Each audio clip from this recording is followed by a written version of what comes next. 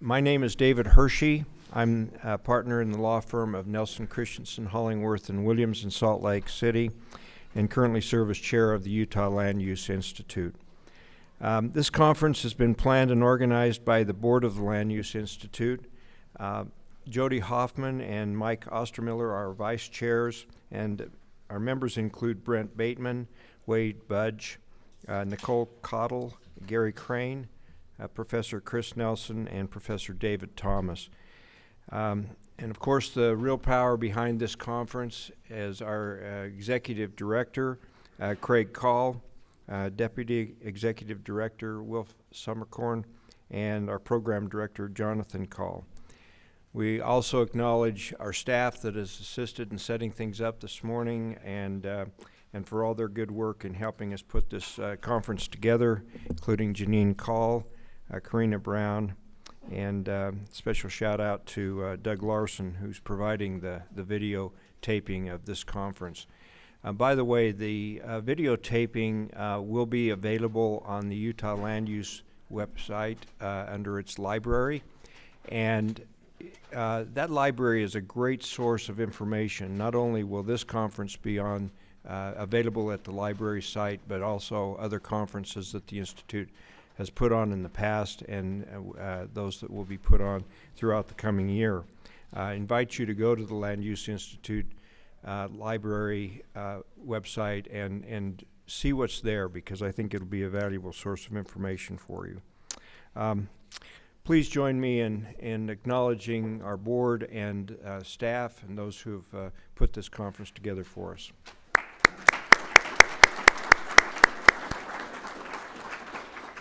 Of course, we couldn't do this without our sponsors. We receive a great deal of financial support from our sponsors, and we're grateful for them.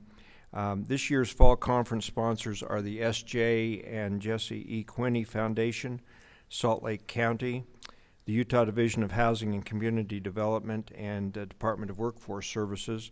By the way, these folks are providing the live feed for our 1:30 session on financing infrastructure, so we appreciate that support. Also like to acknowledge the Office of the Property Rights Ombudsman and the Utah Department of Commerce, who are providing the funds to sponsor the videotaping of this conference. Our Institute partners are the Utah League of Cities and Towns, Utah Association of Realtors, the Salt Lake Association of Realtors, the Home Builders of Utah, the Real Property Section of the Utah State Bar, and the Utah Chapter of American Planning Association. Please join me in showing our appreciation for our sponsors.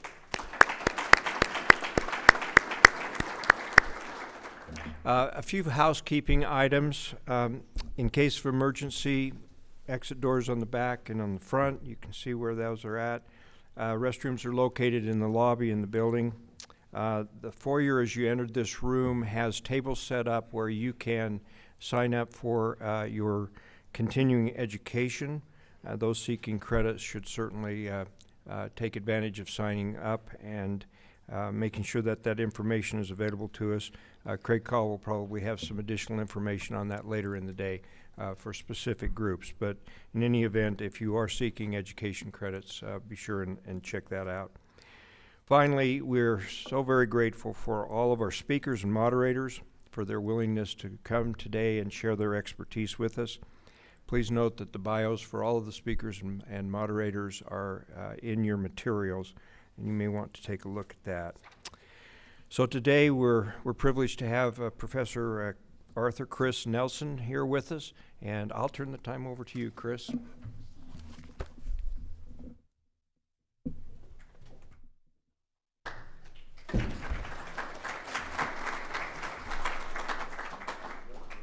Thank you.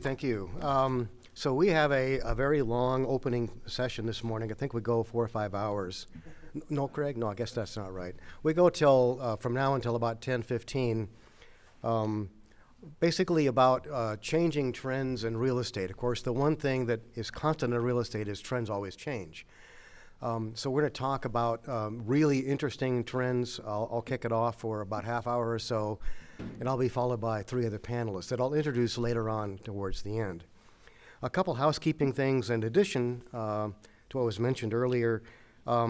So the materials are going to be available on the website. They're available now, actually, most of them, at utahlanduse.org. So if you can't see the slides, read the slides, or just want to follow along, go to the utahlanduse.org website and get the materials that way. Or on the second page of the agenda, there's a QR code. Just scan it, and you can get right into the materials as well that way. So I attended the session yesterday that was also here on hazards and disasters and people suing each other and everything else. And I'm here to tell you that I am an academic because of a natural disaster. I was a professional planner in Oregon way back in the 1970s. I've been practicing planning now for 51 years. I don't look that old, do I? But I've been at this business for 51 years. And in the late 1970s, early 1980s, my then biggest client was building a project on the Oregon coast. And I was the land use planner for it. Mixed use, mixed residential, mixed commercial, beachfront down at the bottom, a roadway leading, snaking down to the beachfront. Exciting project. It was going to last about 10 or so years. It was my gravy train for a long time. And of course, the network you generate from that will sustain other work for the future. So that was my platform for being a professional planner. Only trouble is the worst storm in recorded history on that part of the Oregon coast occurred that fall, and the land slipped about 10 feet, severing all the water and sewer and the road. The geotech guy lost his license. You can imagine the lawsuits going back and forth, and I'm in the middle. So I lost my biggest client. So I went back to school, finished my PhD, and the rest, I guess, as you say, is history.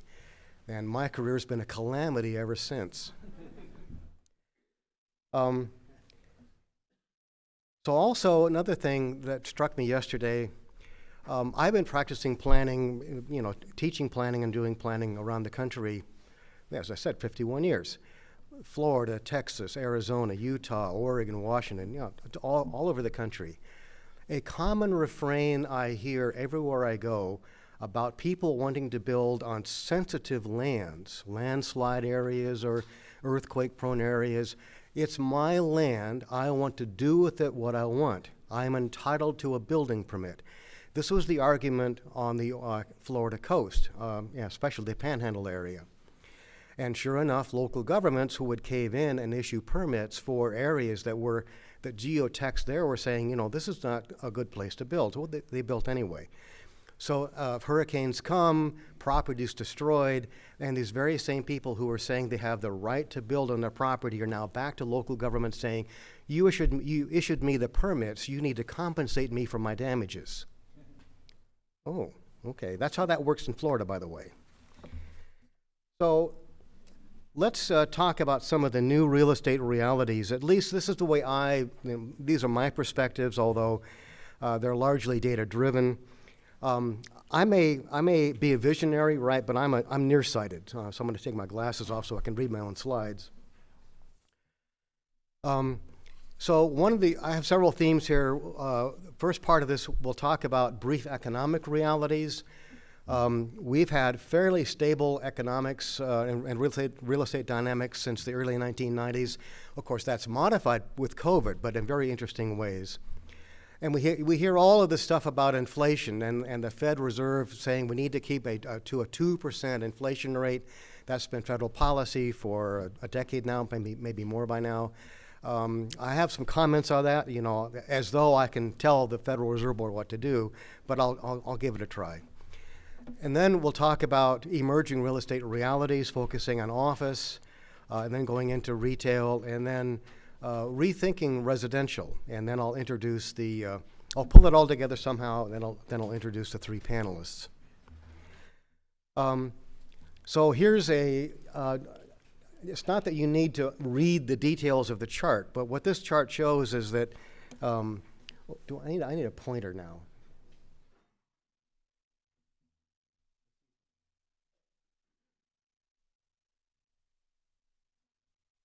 Oh, you can't read it. It doesn't matter. Okay.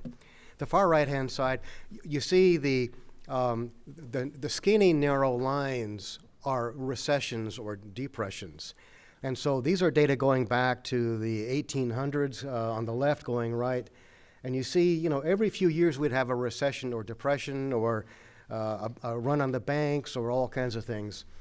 But notice that after about 1990, actually more like 1980, the period of time within which the recessions took place narrows or it becomes more attenuated.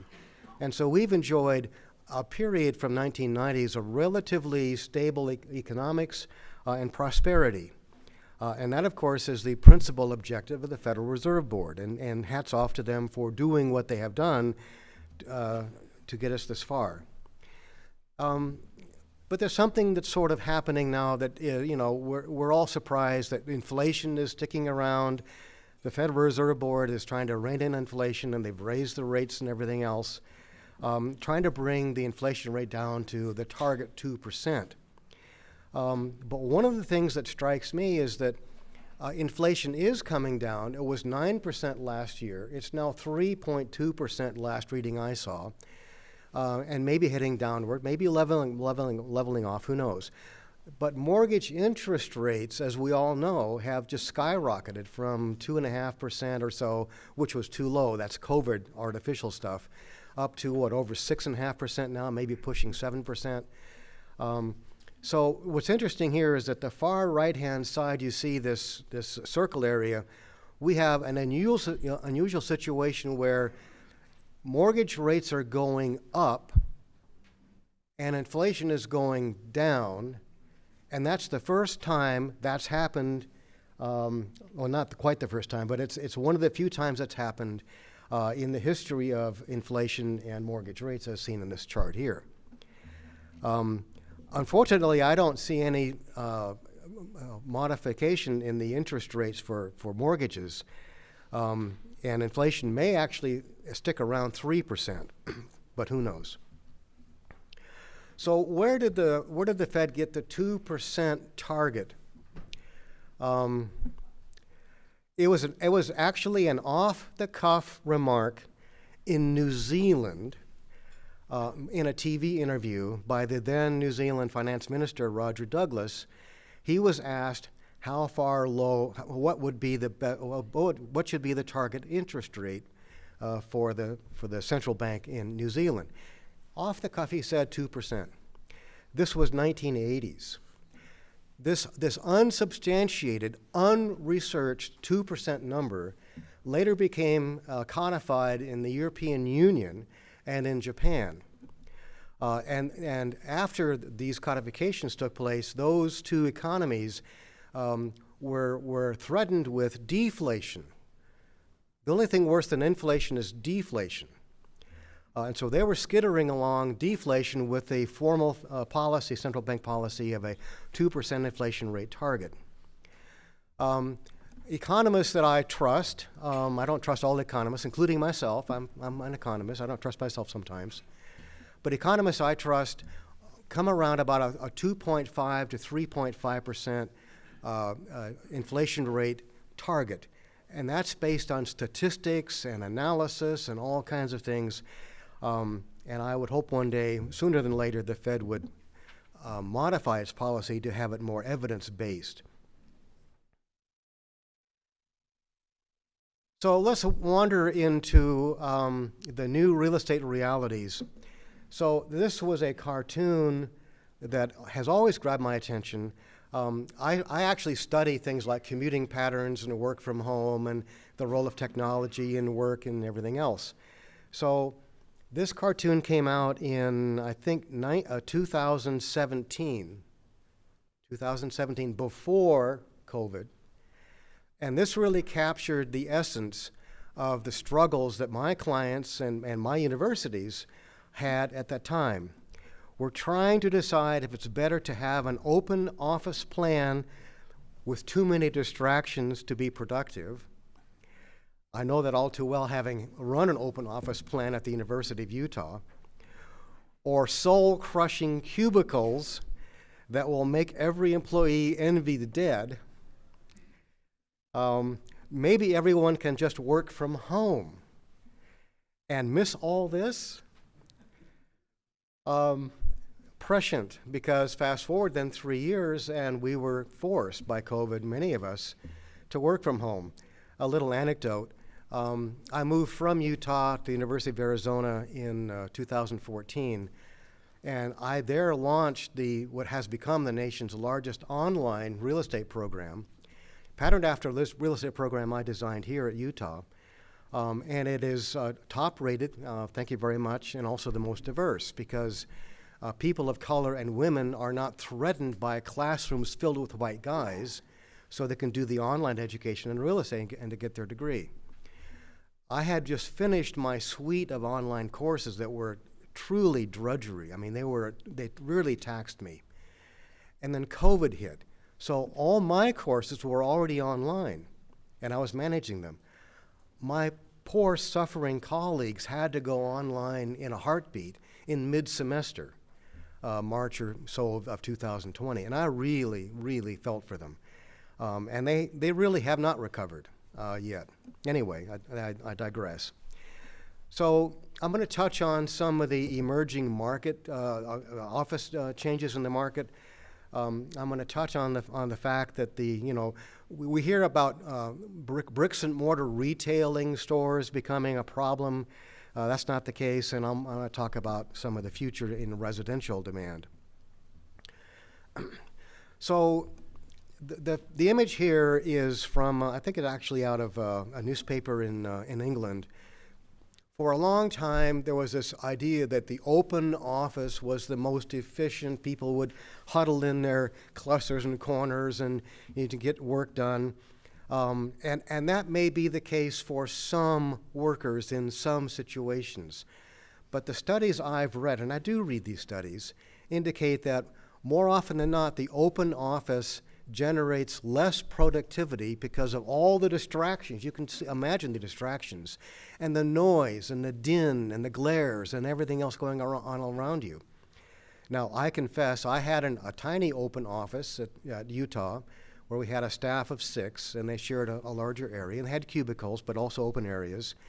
And their solution, frankly, was to put earphones on their heads and bury their nose into the screen, but they were still available on call in the open office. Anyway, we're moving away from that because COVID has allowed people to work from home. And what we find is that when people are told by the office managers to now work at the office, the pushback is, I'm willing to come back if I have my own space.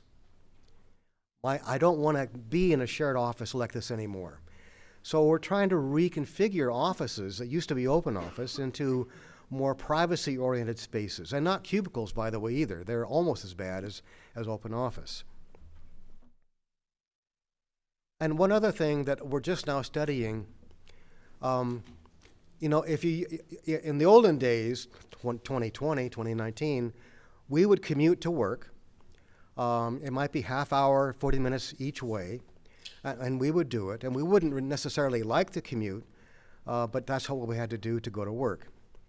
Now, with the evolving office structure, where workers are now saying, I'm willing to work at the office maybe 2 days a week, 3 tops. I want to work the rest of the time at home. By saving that transportation money, that transportation anxiety that's called the commute, office workers are able to then move farther out than before, have their larger land areas than before, or move into other areas that have more walkable communities that they couldn't really afford in the past or get to in the past. So the hybrid office is actually creating new opportunities for people to choose where they want to live, and I'll touch on more on some of that a little later.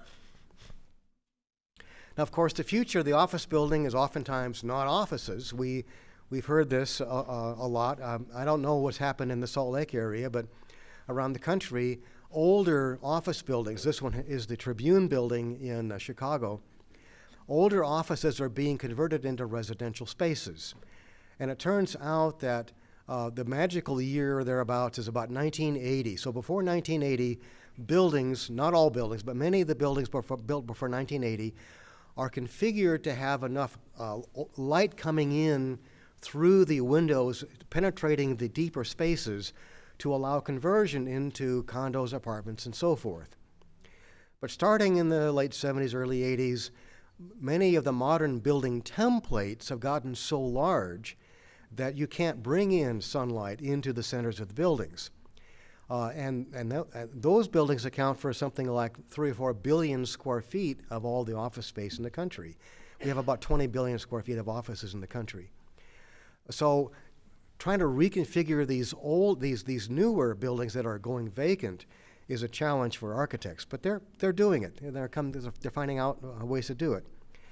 Nonetheless, data I've seen indicate that something like 15% of all office buildings are candidates for conversion to residential use. And I'd like to know what those candidates might be in downtown Salt Lake City and elsewhere in Utah. Oh yeah, bottom line there, I've done analysis in this area. If we know the buildings that are easy to convert city by city, we can map them. We can modify our building codes to make it possible. The market will take about half of that number and convert them anyway, but the other half might need some subsidies, and not much, tax abatement for 5 or 10 years or whatever it is, but not much. So I estimate that something in the order of 1 million homes can be retrofitted into the existing, usually older stock of existing office spaces.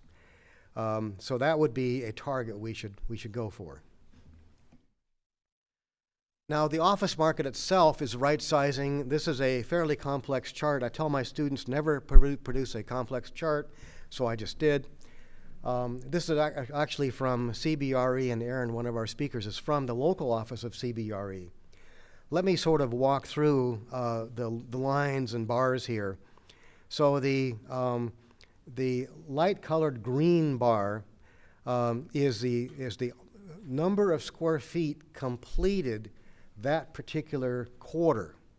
So we have quarters from 2018 to the most recent one, third quarter or the current one at 2023, and then CBRE projects this out to the third quarter of 2028 on the far right-hand side.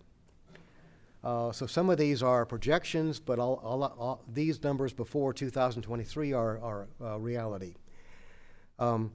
The darker line is net absorption, and absorption really is the key here, how much space is actually being rented. So typically we overbuild, we have vacancy rates, and then we absorb that overhung supply, and that gets rented up. So we were doing very well in the office production and absorption market before COVID. And then, of course, you can see what happened with COVID.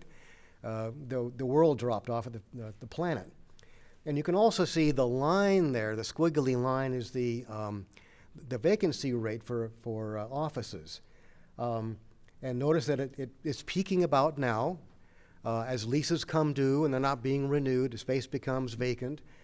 So we're peaking now, next year or so perhaps, we'll see the peak in vacancy rates. And then CBRE, with their economists and so forth, are projecting that, well, things are going to be drifting down. We'll see, we won't quite ever see the vacancy rates we saw before COVID, but they're going to drift down.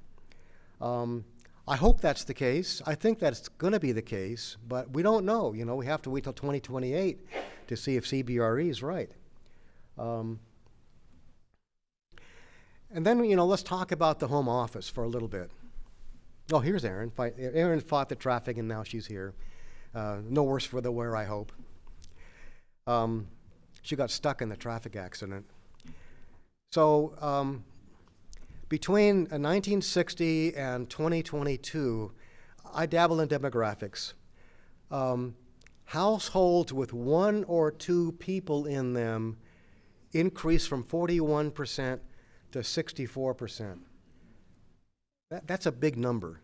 We're talking tens of millions of households have moved to just one or two persons since 1960. The average household size has fallen from 3.3 persons to 2.5.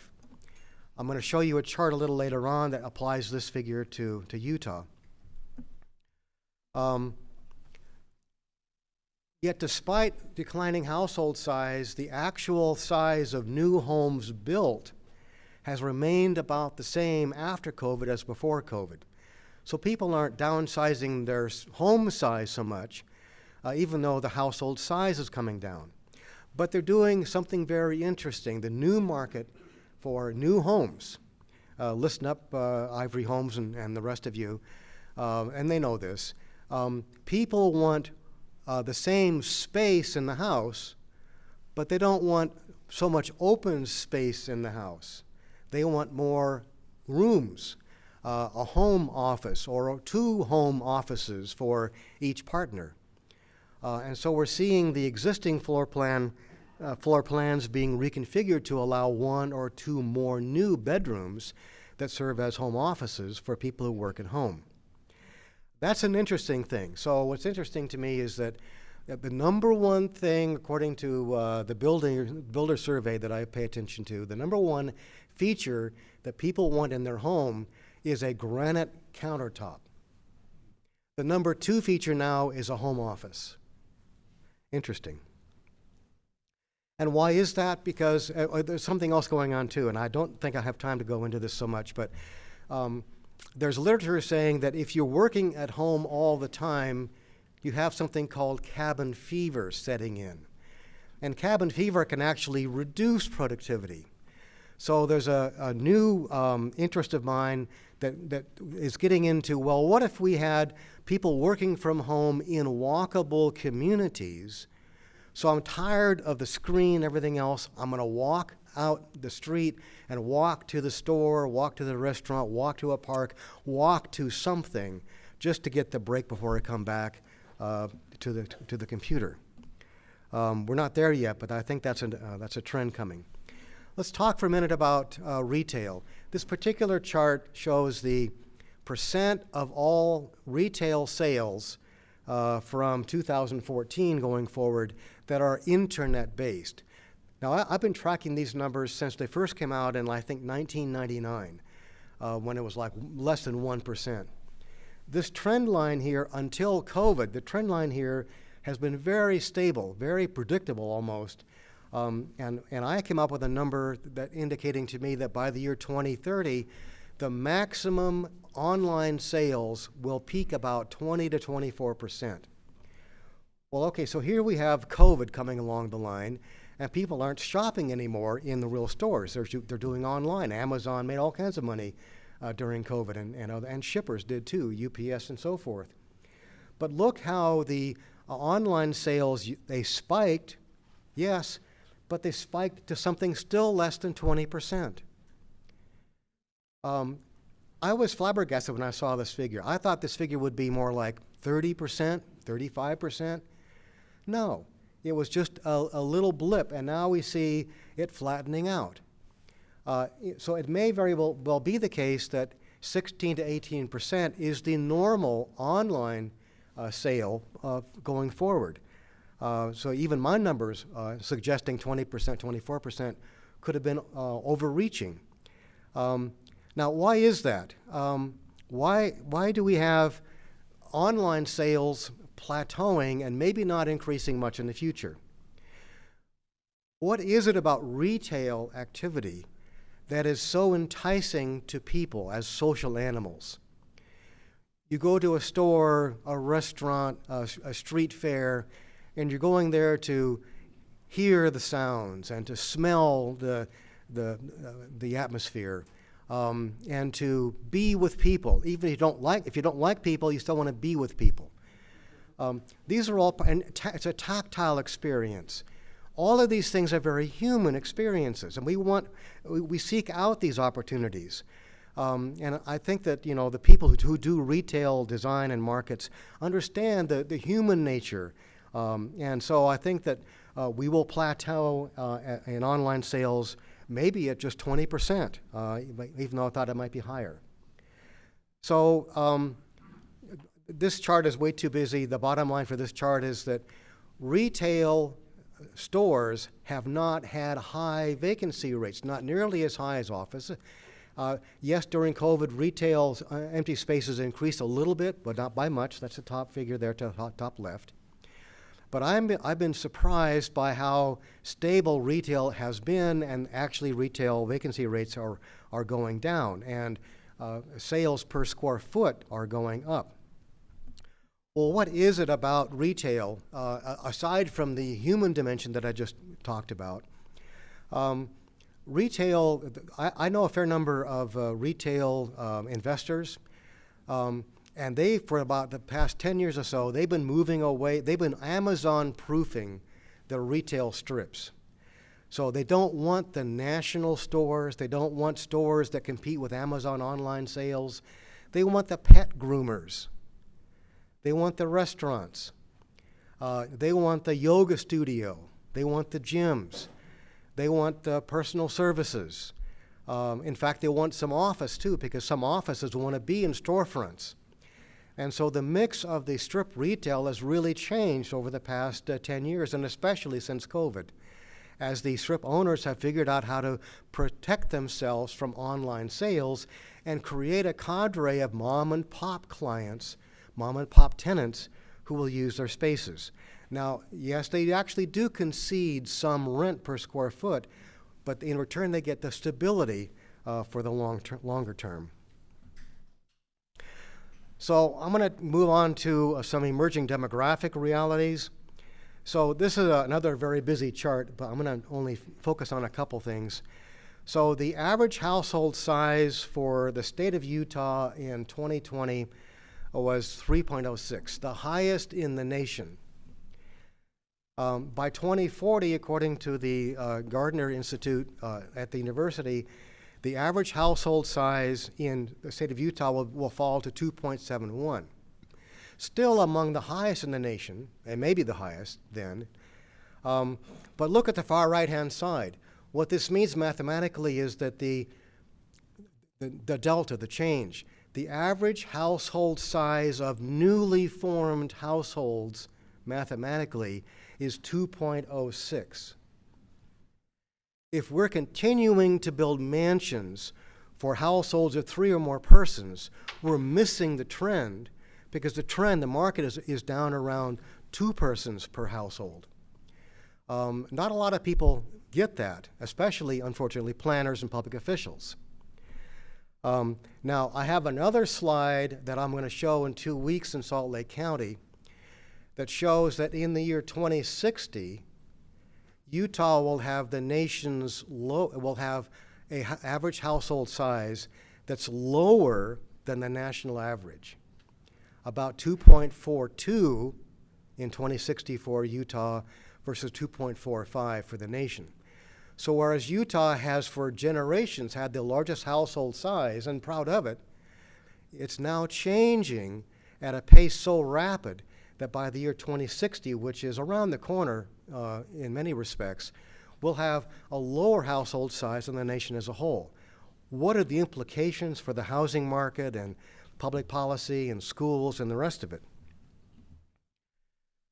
So let's do a drill down in terms of households with children, households without children. I call them multi-adult households, and then one person or single person households.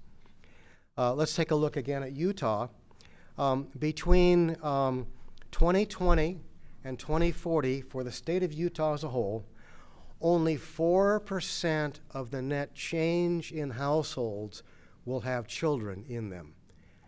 Now, we'll have more households with children in 2040 than now, but that change is only 4% of the total change in households. 67% of the change are multi-adult households without children, and 29% are single-person households. Our housing market is going to be transformed dramatically in ways that we have not yet fathomed. And our policies are way behind this. The theme, actually, of the Salt Lake County presentation in 2 weeks is zoning reform, bringing zoning up to where the new realities are and emerging realities. But look at what I call the northern Wasatch and the central Wasatch areas. Northern Wasatch is Davis County, north to Ogden. Central Wasatch is basically Salt Lake County, Tooele, and Summit. And then southern Wasatch is Utah County, Provo, and also Wasatch County. So those two, northern Wasatch, central Wasatch, will actually see fewer households with children in 2040 than now.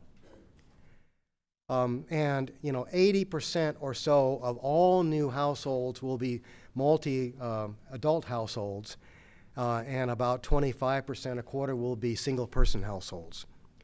We need to get ahead of the curve before the curve eats us up.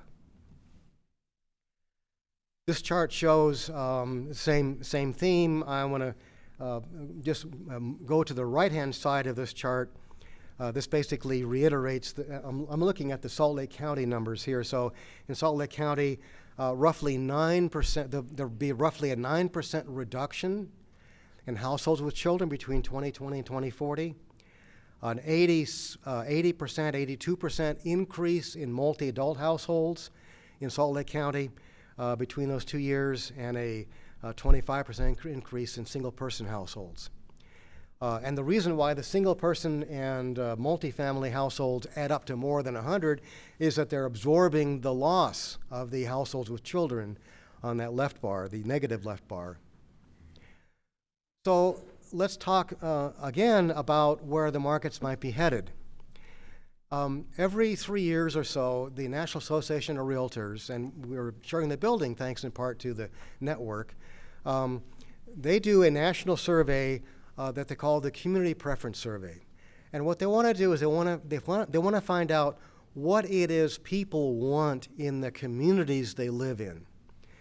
And maybe somewhat what the houses they want, but they're looking at what people want in terms of communities. The survey starts out very innocuously. They basically say, okay, among respondents, right here today, what kind of a home do you want to live in? And the choices are single-family detached, condo, apartment, townhouse, a single-wide biotoxic dump. No, they don't talk about that. But surprise, surprise, 70% of all respondents say they want this single-family detached home. And then the NAR does something very interesting. They go into what's called either forced choice or stated preference studies or survey techniques. And they say, okay, what if you had a choice between that single-family detached home over here that you have to drive everywhere, or a townhouse here where you can walk to things and a short drive to work? It turns out that a large number of people who say they want the single-family detached move to the townhouse. So this particular chart shows the trends since 2015 going forward to 2023. And by the way, NAR did a double survey in the COVID year 2020. They had done their survey in February of 2020. COVID hit, and they redid their survey. They redid their survey in later 2020. So we had a COVID year 2020 comparison, which you see they're showing July 2020 and February 2020. The trend is that people are increasingly want the walkable community. They either want the smaller home and a walkable community, or they want the attached home and a walkable community. And when I run the NAR's numbers, I find that roughly 2/3 of all Americans would trade off a single-family detached home for a walkable community if that meant having to live in an attached home. And you can imagine that these trends are demographically based, so that the older Americans and younger Americans prefer the walkable communities. Households with children still want that detachedness, that privacy, that security, We all get that. But once the kids are out of the house, those parents begin to want to drift back to a more walkable community. So if half or more of Americans want to live in a walkable community, how many live in such communities now? A study that I reviewed some years ago indicates that only 13% of Americans live in a truly walkable community. Demand is 50%, supply is 13%. You do the numbers. So, and I do want to do the numbers here a little bit. A little sidebar. If every home we built in the U.S. between now and 2050 was in a walkable setting, we still wouldn't meet the demand for walkable communities by 2050. That's how far behind we are. So pulling this together, we're seeing changes in the office market, people working more from home. If they're working from home, they want the true home office. They no longer want the open space, the open floor plan at home. They want their own privacy spaces. Although they want more bedrooms or more rooms, they don't want any larger homes. Retail is becoming more Amazon-proof, more mom and pop, more localized, I think actually for the better for most of us. A lot of office spaces are being converted into residential. There's potential for, I think, 1 million conversions, million residential units to be converted into residential units. By when, I don't know, but that's where the supply is. And we're seeing massive demographic changes that we're not paying attention to at the policy and planning levels. And the problem here is that demographic changes take place so slowly, so gradually, year over year, you can't detect the change until 20 years from now you say, what happened? Why are we so far behind where the market is now? It's called demographic change. And we're finding more and more demand for festival centers and walkable commercial street and centers and so forth. So one of our challenges is how do we plan and actually finance the kinds of new infrastructure, the kinds of new places that the market is increasingly demanding of the public. So I'm going to ask the three panelists now to come up and share their wisdom. In order, there'll be Dejan Eskic, Aaron Barr, and Lou Kramer. Their bios are in the package, but as they come up here, Dejan Eskic is a member of he's a senior fellow and scholar at the Kem Gardner Institute. He's my Mr. Cool. Now, there's another fellow by roughly the same name, Dejan.